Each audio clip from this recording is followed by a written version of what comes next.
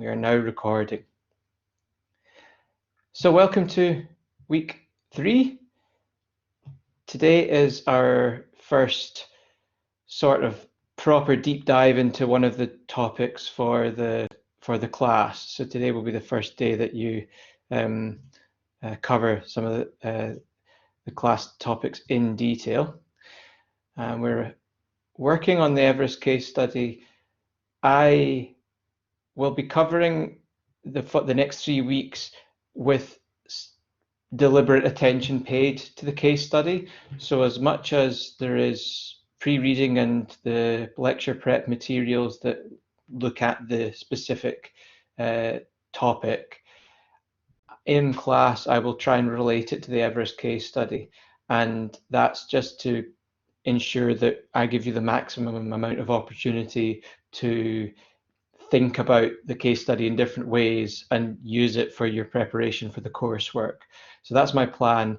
That doesn't mean that these topics apply only to the material in the case study, but as you know, the case study brings to life these specific 3 subject areas quite effectively.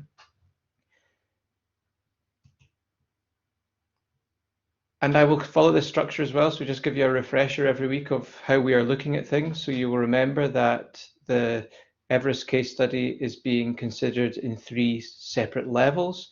We're looking at the organization or systems level, the group level, and the individual level. And for the next 3 weeks, this week, next week, and the following week, we will take those in turn. So this week we're starting with system complexity. Next week we're looking at the group level, we're looking at team psychological safety, and then the final week before reading week we look at the individual level, cognitive limitations, cognitive biases. Then we have our reading week, and then in week 7 your assignment is due and we pick up on the next assignment. So week 7 it's like the second half of the semester, and we move on to assignment 2 as well. So this week's systems level or organizational level, the top level. And as we'll come on to cover, we're looking at, and specifically we're looking at the work of Charles Perrow, and we are looking at complex systems and tight coupling in Charles Perrow's work.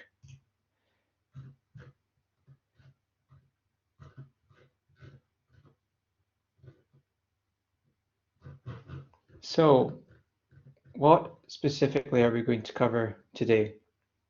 Well, basically, I hope that you've had the chance to read Charles Perrow's essential reading that was on the lecture prep section, and you've been able to work through the materials. This is all about complex systems, as Perrow calls it, and that suggests that certain attributes of the human, physical, and technological systems employed in any complex team situation, but specifically for us, the systems, the human elements, the physical elements can overlap and enhance the risk of catastrophic failure. According to this framework, we can't identify a single root cause of any issue. So in the case of Everest, as I've said, we're not going to be able to identify a single cause of the tragedy. Instead, we've got to examine whether a series of interconnected breakdowns led to catastrophe. We might think, how did human errors or group procedures or equipment failures or other external elements like the storm that hit the team just shortly after they'd summited, how do these interact to enhance the risk of tragic consequences? So these are the things that we're considering at the level of complex systems. And what we're doing by looking at this level is we're considering the whole story, if you like, as representing a complex system around a team, or the teams are part of a complex system. And that involves both internal elements to the team dynamics and external elements, and indeed events, specific events that took place. So we're looking at 2 specific attributes which Charles Perrow lays out, and they are complex interactions and tight coupling. We're going to go through these one by one today. So complex interactions, we want to be asking the question, do different elements of the system interact in ways that are unexpected and difficult to perceive or comprehend in advance? And tight coupling, we'd ask the question, are different elements of the system closely linked such that a breakdown in one subsystem can trigger problems in a series of other areas? So these are the things that we're considering. I would just like to quickly read a couple of the quotes from the class website that is on the lecture prep section, but I think it's worth just refreshing you of the fact that Prospero mentions a couple of very specific things which are really useful to you if both in terms of understanding this, and secondly, if you're going to be, if you think you might use complex systems as part of your work for assignment 1. So some key quotes that are picked out on the lecture prep section. Some systems are sufficiently complex to allow the unexpected interactions of failures in such a way that safety systems are defeated and sufficiently tightly coupled to allow a cascade of increasingly serious failures sufficient to bring the whole system down. That's a good quote because it's talking about both complexity and the tight coupling in the same together. He also says the design of systems should be inelegant and robust rather than elegant and sensitive. And that's something I want you to remember. Often, especially if you are charged with designing any kind of system, and sometimes we don't recognize it as being systems design that we're involved in, but systems thinking and systems design actually plays a role in lots of different things, whether it be planning a holiday with your friends or, organizing to land a rover on Mars. You're actually involved in complex systems in more or less terms. And ensuring that the system is inelegant and robust enough so that it doesn't become sensitive to externalities or fragile because of its elegance.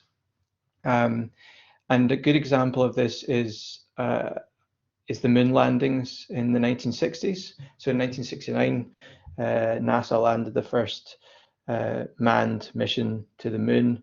You'll all know Neil Armstrong, first man on the moon.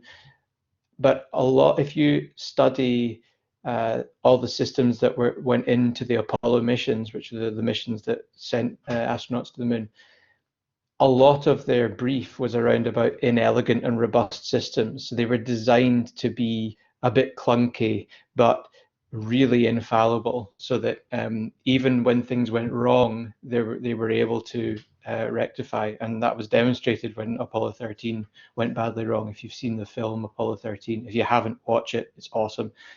But the story of Apollo 13, a great example of how a robust system was able to survive a catastrophic failure. Moving on, another quote, unfortunately, decentralized systems are slow to respond to widespread multiple failures because the units cannot be instantly and unquestioningly controlled from the top, where often there is a superior view. But decentralized units are better able to handle the continual stream of small failures, forestalling the widespread multiple failures. They also learn quicker, have higher morale and less turnover, develop multiple skills, and from reciprocity, familiarity, and initiative, develop the trust that makes monitoring less necessary. These are just a couple of quotes that I wanted to remind you of, but there's key themes there. It's about the being robust and inelegant. There's the theme of how safety features can actually compromise the robustness of a system, which is something that's discussed in Perot's work, which is when you introduce a feature that is designed to make the system more safe, it actually increases complexity and therefore increases the likelihood of catastrophic failure. So there's a few themes there to remember. The other one being this tension between centralized and decentralized systems, and the kind of magic solution is to have something that is both decentralized and centralized at the same time, which is extraordinarily difficult to achieve. But again, if you look at mission control of the Apollo moon landings, that was a good example of centralized and decentralized teams working in harmony. So let's start moving through these two sides separately. So complex systems, this idea that we can't identify a single root cause of the tragedy. It lies in the complex interactions between human errors, group procedures, equipment failure, and indeed an unexpected storm. So I would like us to think about what kind of problems we're experiencing. We're going to use the kind of whiteboard technique that we've used successfully up until now. So we're looking at the different elements of the system interacting in ways that are unexpected or difficult to predict. So that's the first theme of thinking about this, and we'll move on to tight coupling after that. So the first question is to do with the Mountain Madness team. They encountered a series of interconnected problems before they even got to base camp, which went on to have knock-on effects on everybody's chances of getting out alive. So if you wouldn't mind, what I'd like to do is just use the text function or the drawing function to pop some things on the screen that attend to this question, and we'll see if we can get to grips with what some of the problems were and organize our thoughts around them. So what were the series of interconnected problems that the Mountain Madness team suffered from? And this is, remember, the question is before they even got to base camp. So we're looking at things that happened to that team before they even reached base camp.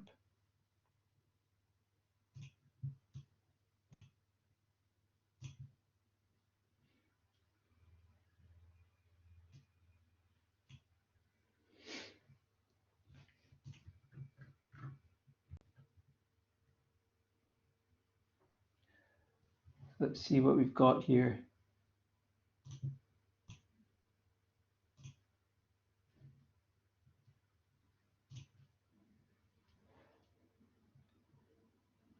Fisher dealt with unexpected logistical problems.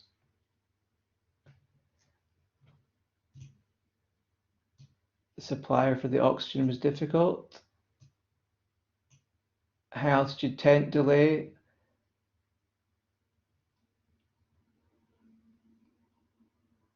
Yep. Clients themselves were highly inexperienced in different levels, absolutely. Yes, customs was a problem as well. That's great. What else have we got here? Sorry if I'm moving your thing around just so you can see it. I think blue is not the best font color to use, folks. If you don't mind using white, if you can. Okay, so let's try and move these into some kind of groupings on the screen. This one here, I think this red one at the top, we'll take that away if we can, because we tried to concentrate on the before base camp, unless I'm misremembering that someone actually was on oxygen before they got to base camp, which is possible. So forgive me if I'm wrong. So we've got team dynamics specifically. We've got here individuals rallying a team.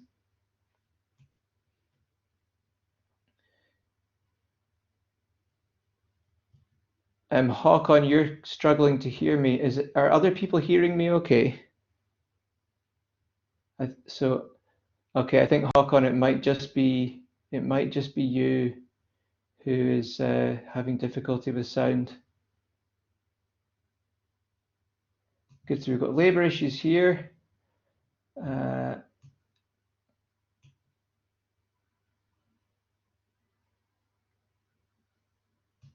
Okay, logistical issues there, logistical issues here. Let's put the team down the bottom.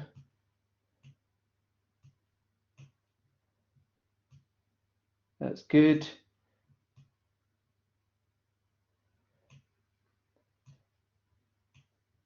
Good. Yep. Yep. Okay, so we'll put these together. I'm misremembering uh, when people went onto oxygen.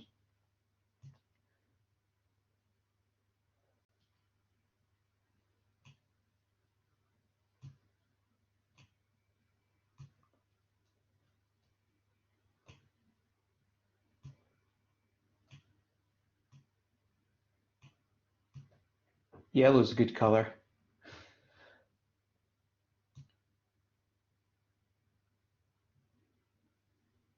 Yeah, good point on Krakow.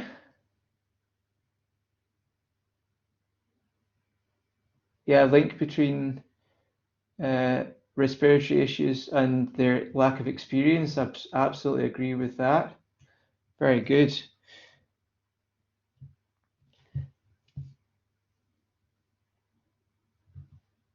I think, I mean, from the notes I've made, I think you've covered a lot, and you can see a concentration in your responses around the cohesion of the team, which is really interesting. There is the issue with the charter plane flight as well, and they also experienced poor weather on the way up to base camp. But well done for noting the unrest among the workers as well. That's absolutely. I think it's good that you're picking up on that particular point too.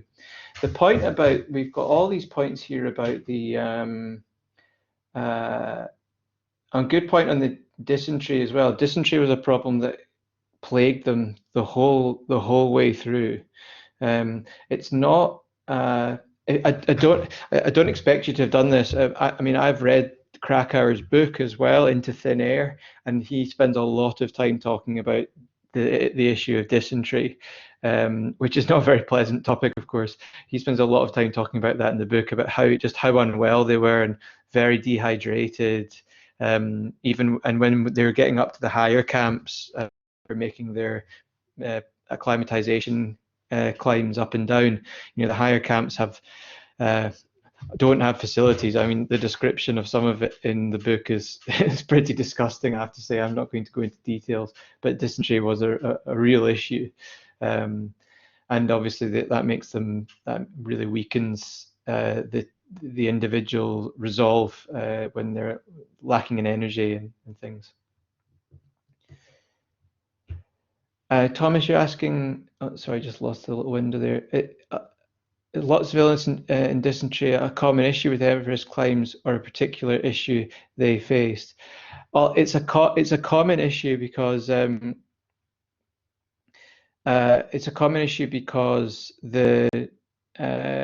the food that and the level. It's not so much to say the level of hygiene is poor in Nepal, although it is poorer, but you've got Western travelers who arrive in a country where uh, sanitation levels are different, and the kind of bugs and bacteria that are around are different. So it is common. Um, that you might have seen in the news last week that the K2, which is the world's second highest mountain, was just summited for the first time in winter. And the irony of it is that it was summited by a group of Sherpas, so a group of Nepali natives. Although K2 isn't actually in Nepal, but uh, a group of Sherpas who live in the broader region. So the irony is that the whole time in history, when we've had all these Western heroes trying to conquer Everest, the best way to do it was just to cut the Westerners out of it, because actually the Sherpas are much better at doing it on their own. So there's an interesting allegory of class and things there. But no, dysentery is a common issue that climbers will face. It was particularly bad, I think, on that trip. So that's great, guys. Really interested to see your thoughts, and I think you're zoning in on the issues of acclimatization, both in in physiological terms, but also as a team. And our discussions even last week and how you're responding here, you're seeing that there's a value in trying to actually establish a team dynamic, and that team dynamic was taken for granted on both teams, on Mountain Madness and Adventure Consultants. So let's move on to the next question. That was excellent, thank you. Let's think about how these problems actually interacted to create issues when they attempted to summit. So when they went on their final bid from Camp 4 up to the summit, how did some of these issues, the consequences of those issues, start to really cause difficulty in the final summit attempt? If you can try not to use blue in your answer on the screen, that would be great.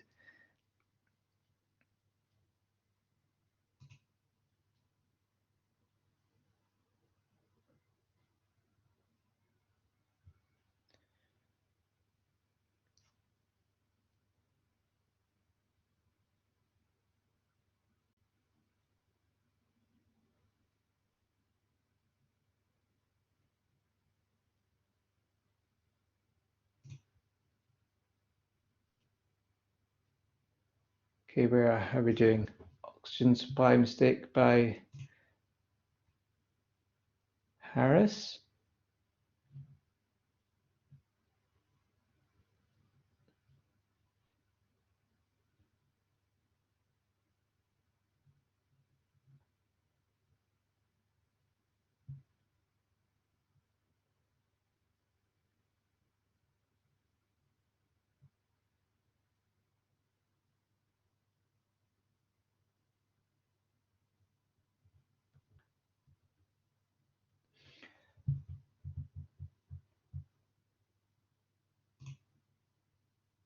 Okay, some good answers coming up here. Let's see.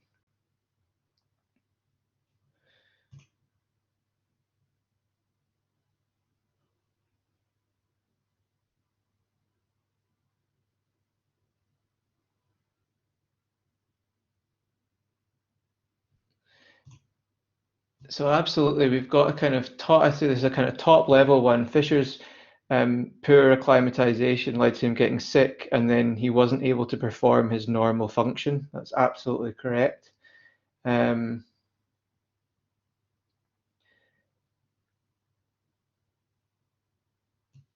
Let's take the turnaround one just to the side for now.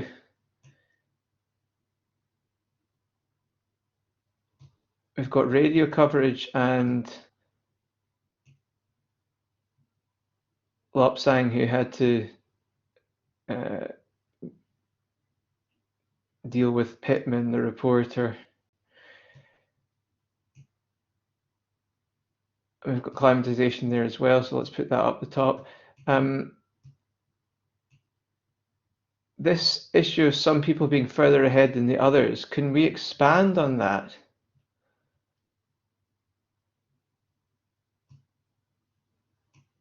Because you had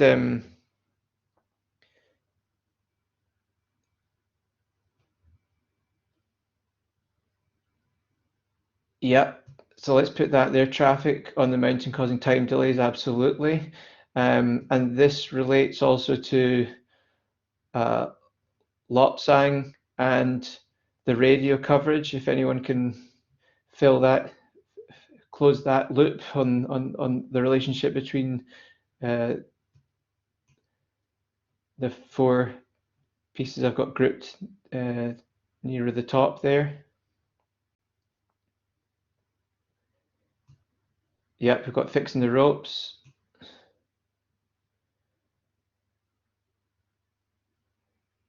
Team members not being able to question Fisher's health, that's excellent, and we will cover that in a lot of detail next week when we talk about team psychological safety.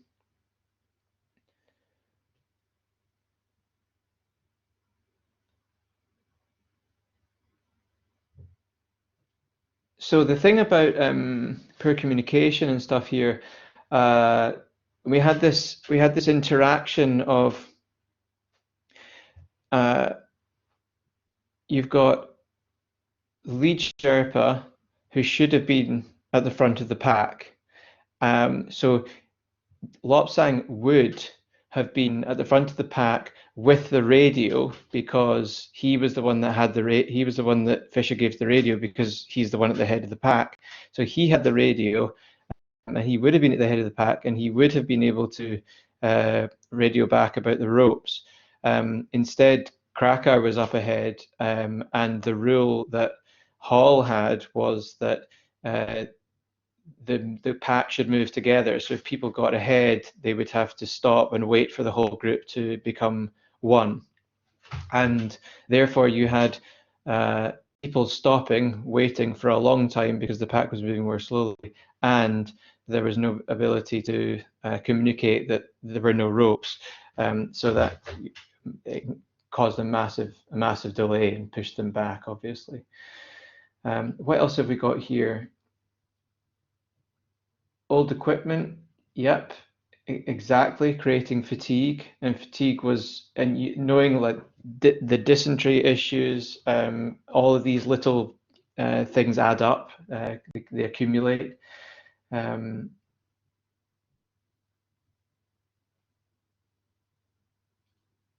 Yep, all of these are very good. What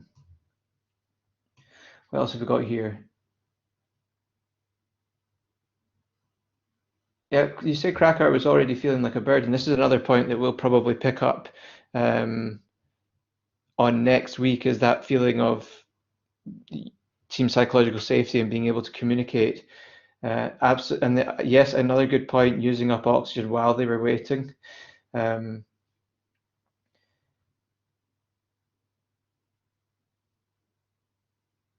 Confusion over hierarchy of power, who was in charge? Yes, this is good.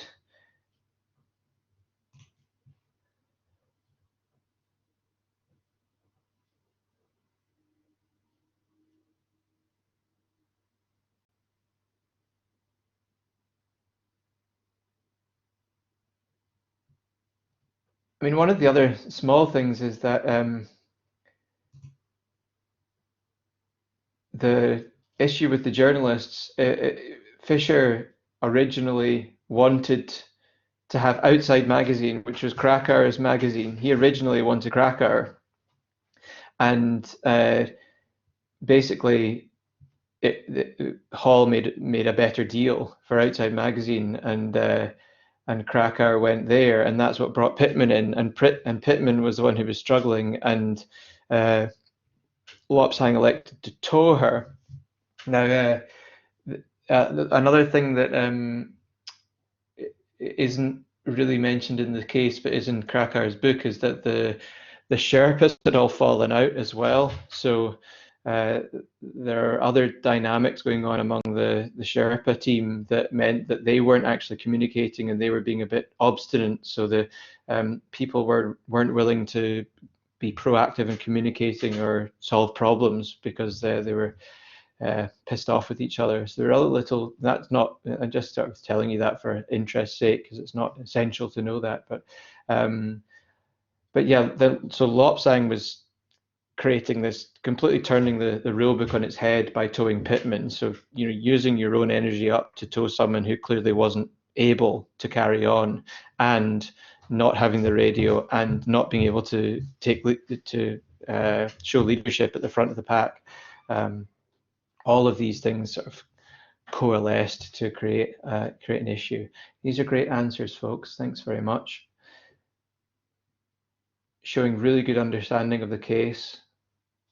And you've got to just think about how trying to connect them, so you, and I obviously don't know who exactly is giving each answer, but trying to think of the subtle connections between things here. So that idea of the bottleneck and the Hall's safety rule for waiting, and creating the bottleneck. The person who should have been at the front, at the back, that person had the radio, which stops communication, and that kind of compounded the issue with the ropes not being there. So thinking about how trying to find the connections between the individual issues is what you want to reach for when you're thinking about the case for your assignment.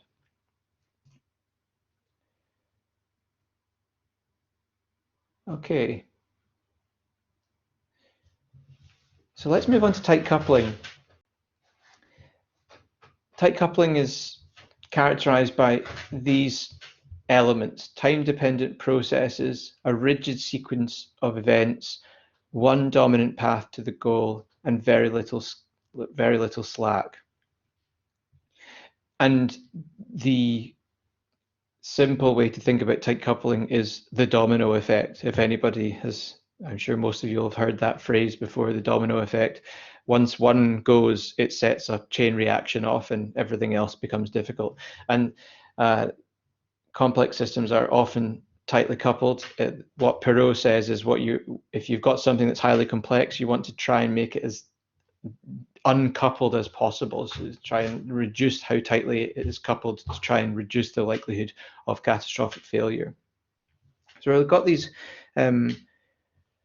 4 elements.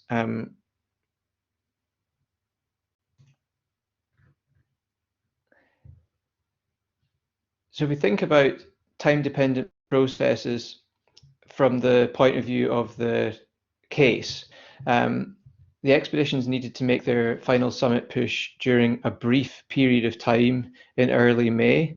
They couldn't ascend earlier because of the strong winds in April, and they couldn't climb later because of the monsoon season that would begin after that. There were lots of different teams on the mountain as well. You might remember from the case, it talks about how it's the busiest season in memory. There were so many different teams trying to attempt to get to the summit. That narrowed the window even further for any one given team to make their final summit push, because they needed to kind of organize among themselves who was going when. There was also a sort of protocol established on the basis of mountaineering experience. So they operated according to a really tight 18-hour schedule on the final summit push. So they planned to depart approximately midnight, climb through the night towards the summit, and reach the top by early afternoon. And then they needed to descend rapidly to Camp 4 before darkness fell. So these are the sort of features of time dependence that they were experiencing. The rigid sequence of events, some of the things that we want to think about.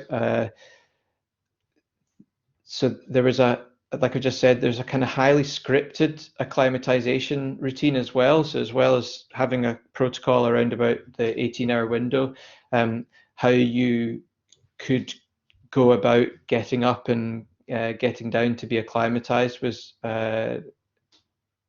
Murray, yeah, absolutely. The number of teams, that's a feature of the broader system mechanics, if you like, of Everest that year, because it's multiple different moving parts.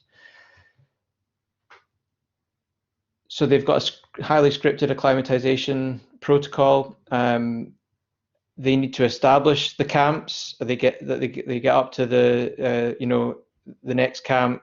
They establish the camp, they go back down, they go back up, they go up to the next camp, they go back down, they go back up, and they kind of do this yo-yoing among the different levels to acclimatize them. So you're having to do a certain number of those climbs and in a certain order to make sure you're adjusting to altitude, and deviation from that is going to create a greater amount of risk, as Fisher in particular demonstrated. And you've got one dominant path to goal, where the team set out on the South Col route. So they had kind of committed to that particular path, and that's the only way up. It's a set route, and it's dependent on ropes being laid and understanding the route on the basis of people who have done it before. In that particular part of the mountain, that's the only route, only known and safe route up. So they were stuck on that route once they decided to follow it. They need to proceed from base camp through the other camps to make it to the summit. So again, that's another broader aspect of the one dominant path to the goal. And no alternative modes of transportation existed. So helicopters couldn't fly after a certain altitude, so they are eliminated from being of help. And that means that once you're at this Camp 4 and going on to make a summit attempt, you are literally dependent entirely on you and, if possible, those around you to get up and get down. The only mode of transport is the feet on the end of your legs. So those are the a kind of summary of really my notes on what particular features are and what they're important. And I wanted to discuss with you the fourth one, which is very little slack. So what are the examples of the system not having a lot of slack in it that led to some of our of the problems that we saw the teams encounter when they made their bid for the summit? Any thoughts on that? If you again could try and avoid using blue, that'd be great.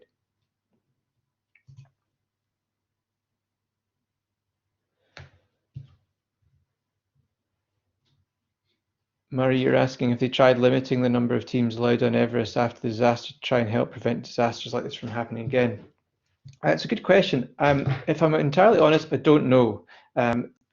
What I think I understand of it is that no, they've not, and the only thing I can think of is I know you need a permit to make an attempt, so there may be a quota of permits that are allowed to be administered in every given year. The only issue is that it's a massive tourist income generator for Nepal, and it has been described as actually going up to Everest is a bit disgusting because they don't take away the rubbish, and they don't even clear away the bodies. So it's full of rubbish, discarded items, empty oxygen bottles that are just left. You can imagine how many of those there are. There's a big cleanup operation. It's a kind of not-for-profit that's just trying to remove empty oxygen bottles from Everest.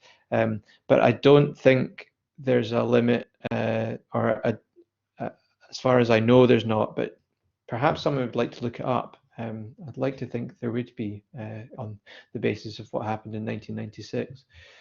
So let's see what we've got on the screen. So we've got the weather, the time the storm came in, and day and night cycles.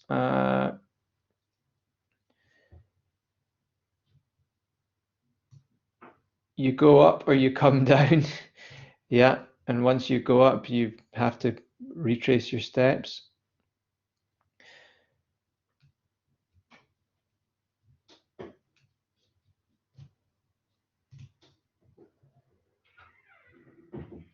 Yeah, so oxygen requirements is good. Got O2 canisters. I'll pop that down there. That's a very obvious one, but it's easy to overlook. If you think about it, they were only going to be able to ascend using oxygen. The thing with oxygen-assisted ascents is that once you decided to use oxygen, you've got to use oxygen because of the way your body acclimatizes. Therefore, you can think of it another way, is that oxygen was there. I know it's so obvious, but it's actually worth saying, is that they could only survive as long as they had oxygen. And being limited in the amount of oxygen you can carry means you have, if you think of it in a different way, it's like going scuba diving. And once you're out of oxygen, you're going to die. You can't breathe. And really, it's the same on Everest. So they were the window of time that they had was actually literally determined by how much oxygen they had to breathe. Yep. So it's no pun intended about the ropes and very little slack. Oh, someone's very helpfully posted something about the permits. So there you go. Significantly reduced number of permits issued in Everest, trying to reduce the amount of people. There you go. That's quite recent, though. Amazingly, 2019. thank you very much for that. From Christmas Came Early. Good name. So same by the same token, you've got oxygen, but you've also got equipment. And supplies. So everybody can only really carry a certain amount of food, water, medicine, obviously supplemental oxygen, and that oxygen is what creates that very time dependent 18-hour window. And it's interesting, isn't it? Because you're talking about a team environment, but a lot of this boils down to individual capacity to carry things that sustain you personally.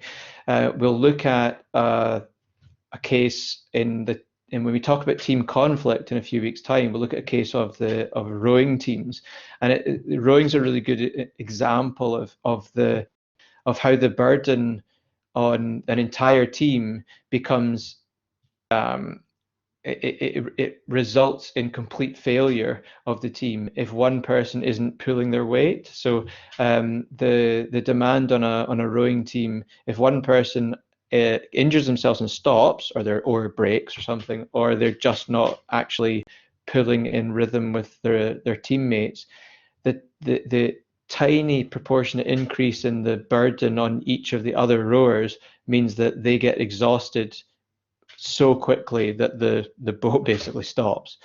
And that's quite a good metaphor to think about with Everest as well. As soon as one person goes and they need to be carried, then the burden on everybody else who is only just about managing to do enough to kind of sustain their own individual effort. And this is something that the armed forces deal with all the time, is they need to have slack built into the way they organize themselves in case someone gets injured and needs assistance. So these issues about all the fundamental supplies, so protective gear and equipment, oxygen, food, water, and medicine. These were all really good examples of not having a lot of slack.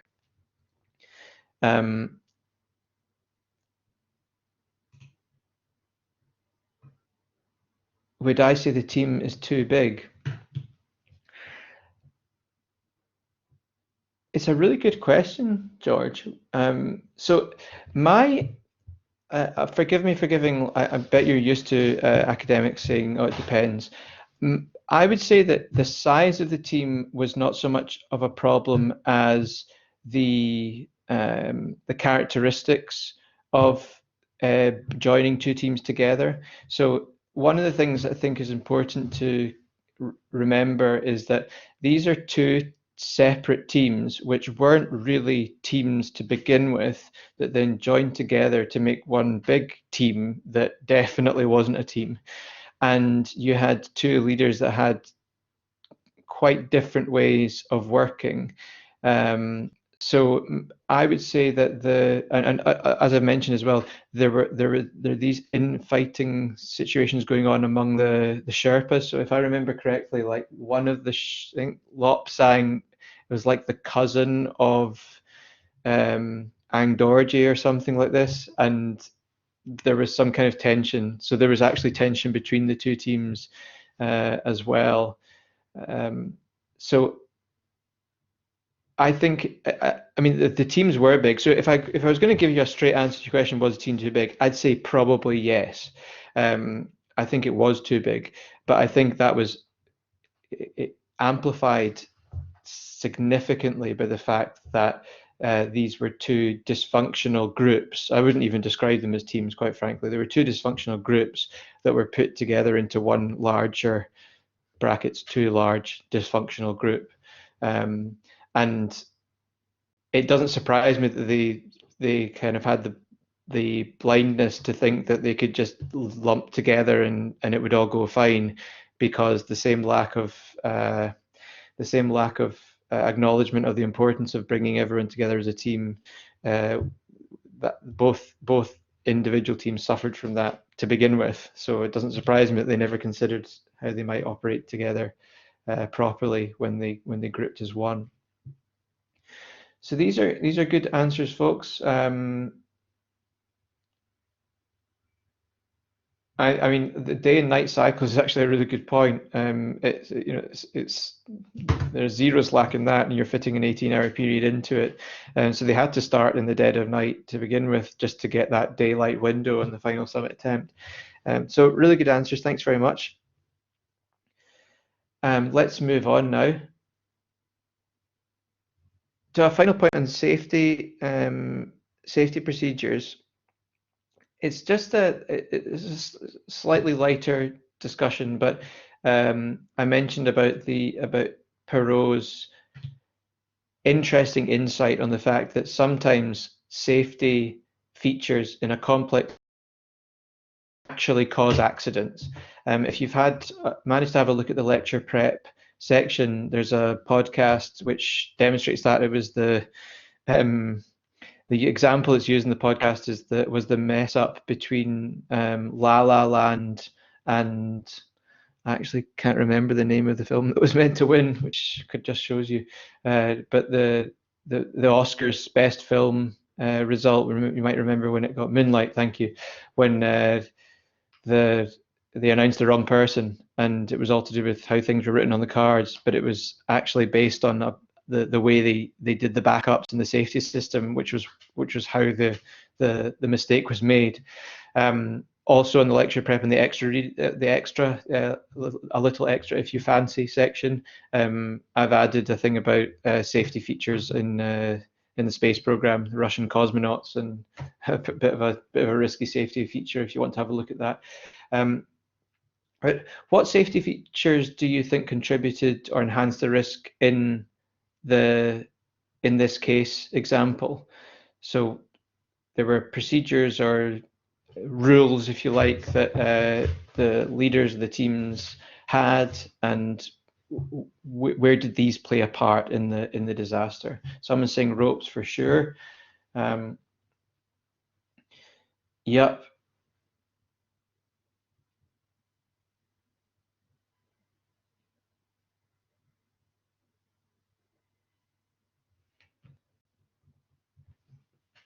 Good answers here, folks.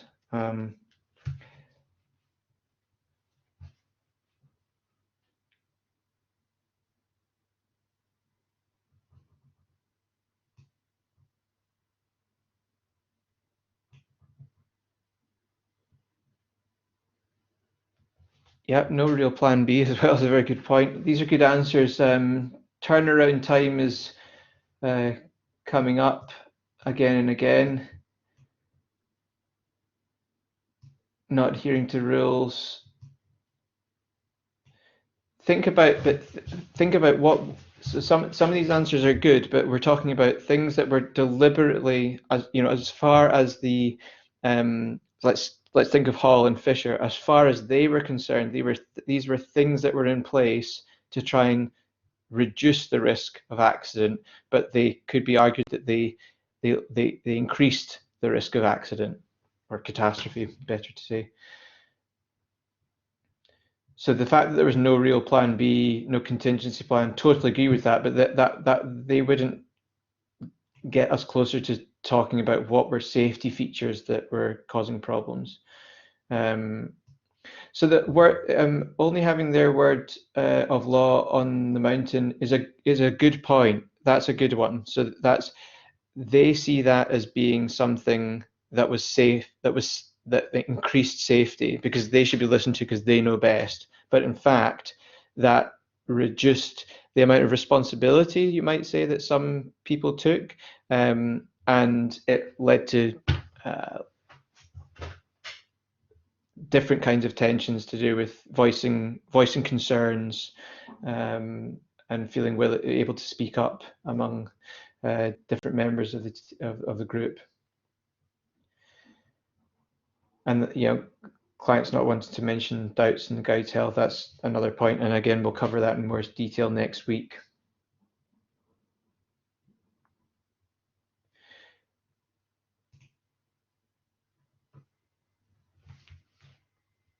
These are good, folks. Think about as well, like Hall's system about bottlenecks and not getting too far ahead. That was designed to That was designed to be a robust and elegant safety feature to stop the group getting split up, but it led to problems in this case. Also, the thing about the oxygen, there were sort of safety gauges on the oxygen, and it was those that froze up, and they were the reason that Harris didn't think the oxygen was working. There's also reasonable speculation that Harris was suffering from like high altitude cerebral edema, so his literally wasn't thinking straight and just maybe wasn't able to read things properly. So yeah, waiting on other teammates, that relates to the bottleneck. That's excellent. So some good answers here, folks. Thank you very much for that. So that's us worked our way through complex systems in relation to the case and on the basis of the essential reading and on the basis of what you are posting on in response to the questions every time. You really are understanding this. Hopefully many of you have had the chance to do the lecture prep, reading and working your way through the materials as well. By the looks of things, you've got to grips with it really effectively. So congratulations on that. And it's been great to see some of your answers to the questions. Next week, we are going on to look at team psychological safety. So if I can just quickly jump to, where am I? 1 second. That one.